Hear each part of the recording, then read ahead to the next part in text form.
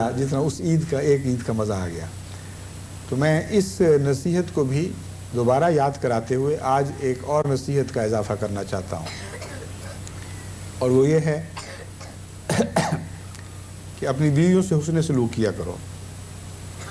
ایسی بیویاں جو خاوندوں کے ظلموں تلے زندگی بسر کرتی ہیں وہ بے بس اور بے اختیار ہوتی ہیں، اور بڑی کرب کی حالت میں ان کی زندگیاں بسر ہوتی ہیں. خاوند بدخلق ہو، چھوٹی چھوٹی باتوں کا خیال رکھنا تو درکنار، بد زبانی سے کام لے، تنگیاں دے، تانے دے، اور اس بے غریب کے ماں باپ کو بھی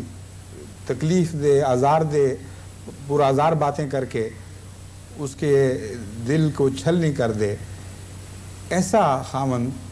اپنی بیوی کے لیے مسلسل عذاب کا موجب بنا رہتا ہے، اور وہ مجبور اور بے اختیار کچھ نہیں کر سکتی.